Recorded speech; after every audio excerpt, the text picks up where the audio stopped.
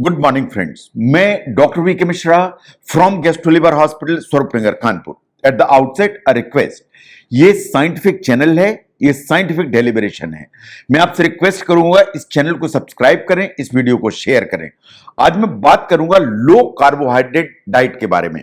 इसके पहले हम लोगों ने बात की कि जो विसरल फैट है उसको अगर कम करना है तो आपको डाइट में कार्बोहाइड्रेट कम करने की जरूरत है। इसका मतलब यह है कि आपको लो कार्बोहाइड्रेट डाइट पर जाने की जरूरत है। आज हम बात करेंगे कि लो कार्बोहाइड्रेट डाइट में आपको क्या खाना चाहिए और क्या अवॉइड करना चाहिए। नो, अगर हम ध्यान से देखें कि variety of diets are available और जितनी डाइट्स अवेलेबल हैं उसमें से कभी कभी ये डिफिकल्ट हो जाता है कि किसको चूज करें, किसको चूज नहीं करें। लेकिन अगर आप बेसिक प्रिंसिपल को ध्यान से रखें तो चीज एकदम सामान्य हो जाती है। नंबर वन, कि अगर बेसिक प्रिंसिपल्स को देखें तो आपको कार्बोहाइड्रेट को कम करने की जरूरत है। जो लीन प्रोटीन है उसके इंटेक को बढ़ाने की जरूरत है। जो हेल्दी फैट्स हैं उनको बढ़ाने की जरूरत है और जो वेजिटेबल्स हैं उनको इंक्रीज करने की जरूरत है। तो ये चारों चीजें हैं। इसका मतलब कार्ब को कम करिए, लीन प्रोटीन को बढ़ाइए, हेल्दी फैट्स को ऊपर करिए और वेजिटेबल्स को अपनी जो डाइट है उसमें ऊपर की तरफ ले जाइए। अगर आप ऐसा करेंगे तो आपको तीन फायदे होंगे। नंबर वन, आपका वेट लॉस की जो प्रोसेस है वो स्पीड हो जाएगी एंड आपका वेट कम होने लगेगा। नंबर टू, जो आपको बार बार भूख लगती है जल्दी जल्दी, जो अर्ज होती है ज्यादा ज्यादा खाने की जल्दी जल्दी, वो हमेशा कम हो जाएगी।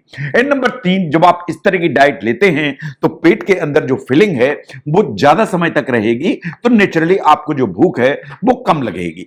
नो, अगर हम ध्यान से देखें कि ऐसा नहीं है कि कार्बोहाइड्रेट आपके दुश्मन हैं। जो कार्बोहाइड्रेट्स हैं वो आपके मेन फूड कंपोनेंट हैं जो बॉडी की प्रॉपर फंक्शनिंग के लिए चाहिए। ये बात सही है। जब आप कार्बोहाइड्रेट खाते हैं तो अल्टीमेटली क्या होता है, जब आप खाते हैं तो मुंह से कार्बोहाइड्रेट होते हुए आपकी स्मॉल इंटेस्टाइन में पहुंचते हैं। जो स्मॉल इंटेस्टाइन में जो एंजाइम्स होते हैं ये इन कार्बोहाइड्रेट्स को ब्रेक डाउन करते हैं और इनको ब्रेक करेंगे तो सिंपल शुगर्स में कन्वर्ट कर देते हैं, पर्टिकुलरली ग्लूकोज। तो ये ग्लूकोज में कन्वर्ट हो जाता है और जैसे ही ये ग्लूकोज या सिंपल शुगर में कन्वर्ट हुआ, ये वास्तव में एब्जॉर्ब हो जाता है और आपके ब्लड वेसल्स में चला जाता है, पर्टिकुलरली पोर्टल ब्लड में चला जाता है और यहां से जाके ये पूरी बॉडी में ब्लड वेसल्स के थ्रू या ब्लड स्ट्रीम के थ्रू पूरी बॉडी में जाने की ताकत रखता है या जाता ही है। नो, ये आपके लिवर में भी जाता है, आपकी पूरी की पूरी बॉडी में सर्कुलेट करता है। इसका मतलब आपने कार्बोहाइड्रेट खाया, इंटेस्टाइन ने उसको डाइजेस्ट किया, डाइजेस्ट करके उसको ब्रेक डाउन करके ग्लूकोज बनाया, ग्लूकोज आपके ब्लड में गया और लिवर से होता हुआ आपकी पूरी की पूरी बॉडी के अंदर फैला। नाउ, जब आपकी बॉडी को एनर्जी की जरूरत है तो ये जो मॉलिक्यूल्स हैं जो ग्लूकोज के आपके ब्लड में प्रेजेंट हैं उनको वास्तव में यूज करती है और जो यूज करने की प्रोसेस है उसमें इसको इंसुलिन की जरूरत पड़ती है। बिना इंसुलिन के इसे यूज नहीं कर सकती। नाउ, इसको यूज कर लेती है। एक ऐसी भी कंडीशन आएगी कि आपके ब्लड में ग्लूकोज की अमाउंट ज्यादा है, इंसुलिन अवेलेबल भी है, लेकिन आपकी जो बॉडी है उसको उतनी एनर्जी का रिक्वायरमेंट ही नहीं है या उतनी ग्लूकोज का रिक्वायरमेंट ही नहीं है। अगर ऐसी स्थिति है कि जो सप्लाई ज्यादा है इन उसका यूटिलाइजेशन कम है, तो अल्टीमेटली क्या होगा, ये जो ग्लूकोज है in the form of glycogen आपके लिवर और आपकी मसल इसमें इकट्ठा हो जाएगा या जमा हो जाएगा। इसे आप समझिए कि रिजर्व हो जाएगा। एक बार रिजर्व हो गया तो अल्टीमेटली होगा ये कि जब ऐसी इमरजेंसी है कि आपको ग्लूकोज की जरूरत है और आपके ब्लड में ग्लूकोज का लेवल उतना नहीं है, तो ये जो स्टोर मटेरियल है इसमें से ग्लाइकोजन ब्रेक डाउन होगी और ग्लाइकोजन ब्रेक डाउन होने के बाद फिर ग्लूकोज बनेगा एंड आपकी ब्लड स्ट्रीम में आ गया और ब्लड स्ट्रीम में आ गया तो आपकी जो बॉडी है उसको यूटिलाइज कर लेगी। लेकिन ये जो स्टोर्ड इस तरह का कार्बोहाइड्रेट है या ग्लाइकोजन है या कार्बोहाइड्रेट जो स्टोर्ड रहते हैं फॉर लॉन्ग टाइम और अनयूज्ड होते हैं, यूटिलाइज नहीं होते हैं, बॉडी इन्हें अल्टीमेटली फैट में कन्वर्ट कर देती है और फैट में कन्वर्ट कर देती है तो आपको मोटापा डेवलप होने लगता है। तो इसलिए जो लो कार्बोहाइड्रेट डाइट्स हैं वो कभी कभी मोटापा कम करने की या ओबेसिटी कम करने के लिए बेसलाइन डाइट जो है ना हो जाती हैं। नॉट नेसेसरी कि आप अपनी कैलोरी बिल्कुल काउंट करें कि इतना ही खाना है, इतना ही कार्ब खाना है, इतने ग्राम कार्बोहाइड्रेट खाना है, वो इसकी जरूरत नहीं है। आप होल फूड्स लें, जो आपको नरिश करते हैं, जो कंप्लीट रखते हैं आपको और आपके पेट को फुल अप करके रखते हैं।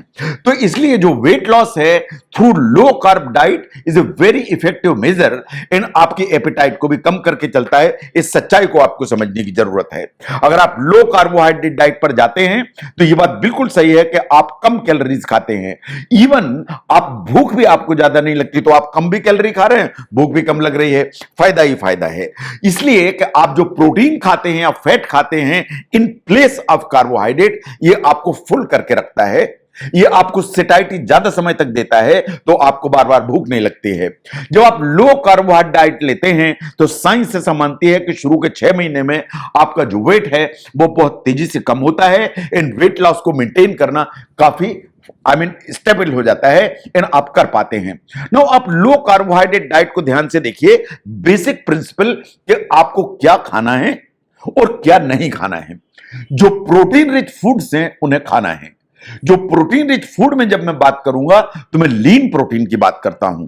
जब लीन प्रोटीन की बात करता हूं तो मैं चिकन की बात करता हूं, मैं एग्स की बात करता हूं, मैं टोफू की बात करता हूं या सोयाबीन की बात करता हूं, या अगर वे मीट्स हैं जिसमें कि जो नाम फैट की अमाउंट या स्किन वो सब अलग कर दिया गया, वो मीट्स भी इसमें इंक्लूड किए जा सकते हैं। इसके अलावा ऑल दोज थिंग्स जो कि मोनो अनसैचुरेटेड या पॉली अनसैचुरेटेड फैट के जो मटेरियल हैं जिनमें हेल्दी फैट्स होते हैं, उनको भी आपको लेने की जरूरत है। ये आपको कहां से मिलेंगे? ये आपको नट्स से मिलेंगे। चाहे आप अखरोट खाएं, चाहे आप बादाम खाएं, चाहे आप ब्राजील नट खाएं, इन सब में जो है ना आपको ठीक मात्रा में poly and mono unsaturated fat मिलते हैं। ये हेल्दी फैट की कैटेगरी में आते हैं।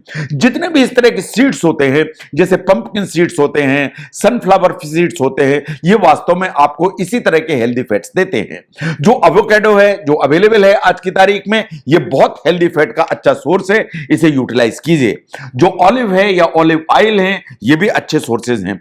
जो फिश है पर्टिकुलरली सैल्मन, ये वास्तव में आपको ओमेगा 3 एंड बहुत सारे mono and poly unsaturated fat देती है जो आपको बेनिफिट देते हैं। तो आपने लीन प्रोटीन लिया, आपने हेल्दी फैट्स लिए एंड आपने कार्बोहाइड्रेट को कम कर दिया ना। जब आप मीट की तरफ की बात जाते हैं तो आप चिकन लीजिए, तो चिकन में आपको स्किनलेस चिकन लेना है। आप लेम्ब लीजिए, लेकिन एक स्किनलेस एंड फैटलेस आपको लेम्ब यूज करना है। For that matter even pork and beef भी आप यूज कर सकते हैं, प्रोवाइडेड उसमें से फैट आपने अलग कर दिया। These are actually protein rich foods. जब आप इन्हें लेते हैं तो आपकी फुलनेस की फीलिंग लंबे समय तक रहती है, आपकी जो सेटाइटी है वो लंबे समय तक रहती है, और ये आपका जो हंगर है या भूख है उसको सेटिस्फाई करने की ताकत रखते हैं। ऐसे ही जो फिश है या सी फूड्स हैं, जैसे सैल्मन है, मैकरेल है, ट्राउट है, सार्डाइंस है, ये जो वैरायटी ऑफ फिशेज हैं अगर आप यूज करते हैं तो इनमें जो हेल्दी फैट्स हैं वो बहुत अच्छी मात्रा में होते हैं। इनमें ओमेगा 3 अच्छी मात्रा में होता है। जब ये दोनों अच्छी मात्रा में होते हैं तो आपको भूख कम लगती है, आपको सेटाइटी ज्यादा देर तक रहती है। ऑल दीज हेल्थी फैट्स आपकी बॉडी को बहुत हेल्प करने की ताकत रखते हैं। लाइकवाइज जो एग्स हैं इनको बहुत ध्यान से देखने की जरूरत है। Eggs in any form are recommended. आप ऑमलेट बना के खाएं, आप बॉइल्ड एग खाएं, आप स्क्रैम्बल्ड एग खाएं, जैसे भी आपको यूज करना है एग्स आपको यूज करने की जरूरत है। ये प्रोटीन्स में हैवी होते हैं। एक अंडे में by and large 6 gram protein आपको मिलता है। ये फैट्स में रिच होते हैं, इसमें जो है ना बहुत अच्छे अमाउंट में फैट होते हैं, और जो ओमेगा 3 जो योग होता है एग में उसमें आपको मिलता है। तो आपको एग यूटिलाइज करने चाहिए। No there are certain areas जो आपको ध्यान से देखने की जरूरत है। ये फूड आइटम्स आपको टोटली अवॉइड करने चाहिए। ना क्या अवॉइड करने की जरूरत है? शुगर को 100% अवॉइड करने की जरूरत है। और जो शुगर को जब आप अवॉइड करने की दिशा में देखेंगे तो खुली आंख से देखिए कि वो कौन से आइटम्स हैं जिनमें शुगर छिप के बैठी हुई है। आप चॉकलेट्स खाते हैं, उसमें शुगर छिपी हुई है। आप आइसक्रीम खाते हैं, उसमें शुगर छिपी हुई है। आप सोडा पीते हैं, फ्रूट जूस पीते हैं, कोल्ड ड्रिंक्स पीते हैं, इसमें शुगर छिपी हुई है। जितने भी ब्रेकफास्ट सीरियल्स आप सवेरे खाते हैं, आप ये कॉर्नफ्लेक्स खाते हैं, म्यूसली खाते हैं, इन सब में शुगर छिपी हुई होती है। जितने भी स्वीट्स हैं, आप नाश्ते में जलेबी खाते हैं, गुलाब जामुन खाते हैं, इमरती खाते हैं, अल्टीमेटली ये शुगर के के पावर हाउसेज हैं, भरी हुई है शुगर इनमें। जो आप केक्स खाते हैं, पेस्ट्रीज खाते हैं, कैंडीज खाते हैं, इनमें सब में शुगर भरी हुई है। इनको 100% बंद करने की जरूरत है। जो भी आप खाते हैं उसमें एक बार देखिए पैकेट पर, कहीं उसमें एडेड शुगर तो नहीं लिखा हुआ है। अगर एडेड शुगर है तो उसको अलग करने की जरूरत है। आप फ्रूट जूस मार्केट से लेके आते हैं, आप पैकेट में जूसेस को लेते हैं, उसमें लिखा है एडेड शुगर, उसे अलग करने की जरूरत है। जो आर्टिफिशियल शुगर्स होती हैं बहुत सारी, उनको भी आपको अवॉइड करने की जरूरत है। Now look at the starch. जो स्टार्च है वास्तव में कॉम्प्लेक्स कार्बोहाइड्रेट्स होते हैं, वो बॉडी के लिए जरूरत है, लेकिन इनमें भी कुछ चीजों को आपको बहुत ध्यान से देखने की जरूरत है। नाउ अगर आप ध्यान से देखेंगे तो आपको दो तरह के मिलेंगे। नंबर 1 मिलेंगे कॉम्प्लेक्स कार्बोहाइड्रेट, एक आपको मिलेंगे रिफाइंड कार्बोहाइड्रेट्स। जो रिफाइंड कार्बोहाइड्रेट्स हैं या रिफाइंड सीरियल्स हैं, इनको वास्तव में आपको अलग करने की जरूरत है। ये जितने भी ब्रेकफास्ट सीरियल्स होते हैं, ये सब रिफाइंड कार्बोहाइड्रेट्स होते हैं। जो व्हाइट राइस है एक्चुअली ये रिफाइंड कार्बोहाइड्रेट की कैटेगरी में आता है। It is the brown rice जो रिकमेंडेड है। जो व्हीट है, जो होल व्हीट है, दैट इज फाइन, लेकिन आप मैदा खाते हैं, वो रिफाइंड कार्बोहाइड्रेट की कैटेगरी में आते हैं। तो होल व्हीट जो ब्रेड है is recommended in moderate amount, लेकिन मैदे से बने हुए पराठे हैं, मैदे से बनी हुई पूड़ी है, मैदे से बना हुआ भटूरा है, ये सब उस तरह की चीजें हैं जो रिफाइंड फ्लोर से बनी है। एंड रिफाइंड वास्तव में आपके जो कार्ब हैं उनके पूरे बेनिफिट को अलग कर देता है। ऐसे ही जो बार्ले है वो भी उसी कैटेगरी में आता है। ये कुछ ऐसे आइटम्स हैं जिनकी अमाउंट आपको बहुत रिड्यूस करने की जरूरत है। आइडियली स्पीकिंग इसको बंद करने की जरूरत है। जो व्हाइट ब्रेड है या पास्ता है, म्यूसली है, पोरेज है, बंस है, इनको भी वास्तव में बहुत रिड्यूस करने की जरूरत है या बंद करने की जरूरत है। तो अगर आप अंडरस्टैंड करें बेसिक फूड आइटम्स को, आप समझ पाएंगे कि सिंपल शुगर्स क्या होती हैं, उनको 100% अलग करने की जरूरत है। जो कॉम्प्लेक्स कार्बोहाइड्रेट हैं उनको मॉडरेट करके रखने की जरूरत है। जो रिफाइंड कार्बोहाइड्रेट्स हैं उनको बंद करने की जरूरत है। ऑन एन एवरेज जो आप डाइट लेते हैं उसको हाई कार्बोहाइड्रेट डाइट नहीं बनाने की जरूरत है, आपको लो कार्बोहाइड्रेट डाइट लेने की जरूरत है। तो एज अ बिगिनर मैं आपको सलाह दूंगा कि आपको वास्तव में एक स्टेप फॉरवर्ड लेना है। आपको अपनी जो डाइट है उसमें कार्बोहाइड्रेट को कम करना है, फिर उसमें से सिंपल शुगर्स को बिल्कुल अलग करना है। जो कॉम्प्लेक्स कार्बोहाइड्रेट्स हैं उनको मॉडरेट करना है। जो रिफाइंड कार्बोहाइड्रेट्स हैं उनको बिल्कुल अलग करना है। इन ओवरऑल जब आप पूरा खाना खाते हैं तो आपको ओवरऑल कार्बोहाइड्रेट्स को कम करने की जरूरत है। अगर आप बेसिक इस प्रिंसिपल को समझ पाएंगे तो आपका जो लो कार्बोहाइड्रेट का जो एक एम है वो बेटर होगा, और वो बेटर होगा तो आपका वेट बेटर मेंटेन हो पाएगा, और आपका वेट बेटर मेंटेन हो पाएगा तो हेल्थ आपकी बेटर रहेगी। एंड आपकी जो एक सेंट्रल ओबेसिटी है वो ऑटोमेटिकली धीरे धीरे धीरे धीरे कम हो जाएगी। अगर लो कार्ब डाइट को समझने में यह वीडियो हेल्प करता है तो जरूर शेयर करें।